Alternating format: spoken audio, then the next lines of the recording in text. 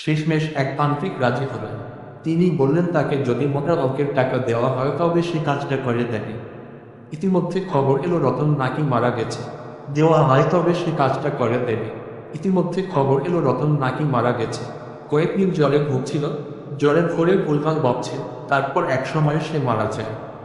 এই ব্যাপারটায় গ্রামবাসীরা মর্মাহত হয়, তাই ওই তান্ত্রিককে অনুরোধ করে দ্রুত এই পুকুর থেকে অলৌকিক শক্তি তাড়ানোর কাজ শুরু করতে।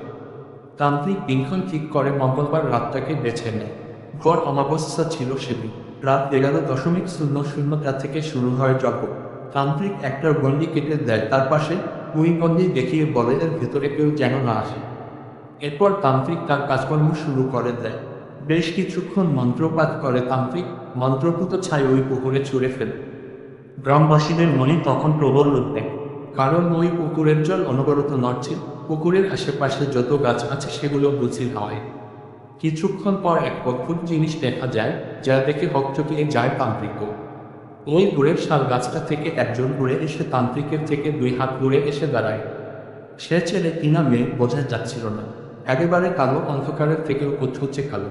তান্ত্রিক নিজের হাতে একটু জল উঠিয়ে নিয়ে ওই আগুনের উপরে বেশ কিছুক্ষণ ঘুরিয়ে ওই কালো অবয়বটার উপর ছুঁড়ে মারে। তারপর তান্ত্রিক গমগম করে গলায় বলে ওঠে, কে তুই?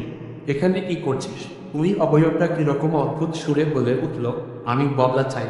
তান্ত্রিক প্রশ্ন করে, বদলা? কিসের বদলা? অবয়বটা বলে ওঠে, আমি বিদ্যুতের বউ সুপ্রিয়াকে শেষ করে দিতে চাই। কে তুই? কেন মারতে চাস ওকে? অবয়বটি বলে, আমি এতকাল ধরে পুকুরে পড়ে আছি, কারোর কোনো ক্ষতি করিনি, কিন্তু এই সুপ্রিয়া। ছি, কি নিজ মানসিকতারে! একে হয় তোরা শাস্তি দে, না হলে ওকে আমার কাছে দিয়ে দে। কেন, কি করেছে সুপ্রিয়া তোকে? তান্ত্রিক উঁচু গলায় শুধায়। ও ভরদুপুর বেলায় কয়েকদিন আগে সৈকতের বাড়িতে যায়। সৈকতের মা, বাবা, সৈকতকে ওই ঘরে ছিল না। সৈকত স্কুলে গিয়েছিল, সৈকতের মা গিয়েছিল জল আনতে, আর সৈকতের বাবা কাজে। সৈকতের মায়ের সাথে একটু ভাব ছিল সুপ্রিয়ার। আর সৈকতের শব্দ একটা বোন হয়েছে। সৈকতের বাড়িতে গিয়ে কাউকে না দেখে সুপ্রিয়া সৈকতের বোনের সাথে খেলতে থাকে। কোলে গিয়ে ওইটুকু ছোট মেয়েটাকে নিয়ে নাচন করল। কিন্তু হঠাৎ হাত ফসকে মাটিতে পড়ে যায় সৈকতের বোন। এদিকে সৈকতের মামু ঘরের দিকে আসতে থাকে। ওই বাচ্চা মেয়েটার মধ্যে কোনো হেলদোল না দেখে অপরাধের ভয় ওই ছোট মেয়েটাকে ভর দুপুরে নিয়ে আসে পুকুর পাড়ে। বাচ্চাটাকে নিয়ে পুকুরের শেষ প্রান্তে গিয়ে ভাসিয়ে দেয়। একটা গ্রামের মধ্যে পড়ে, আর গ্রামটার সাথে এক বোঝাই করা কয়েকটা বস্তা বেঁধে দেয়। ছি, বিবেকে বাঁধেনি ওই সুপ্রিয়া। ও দাদা, দাদা, কি হলো? ও দাদা, শরবত নেবেন নাকি? একেবারে ধরমর করে উঠলাম। আসলে কানে হেডফোন দিয়ে মোবাইলে গল্প টাইপ করে লিখছিলাম। মামা বাড়ি যাচ্ছিলাম ট্রেনে করে। তোকে ডাকছিল আমাকে।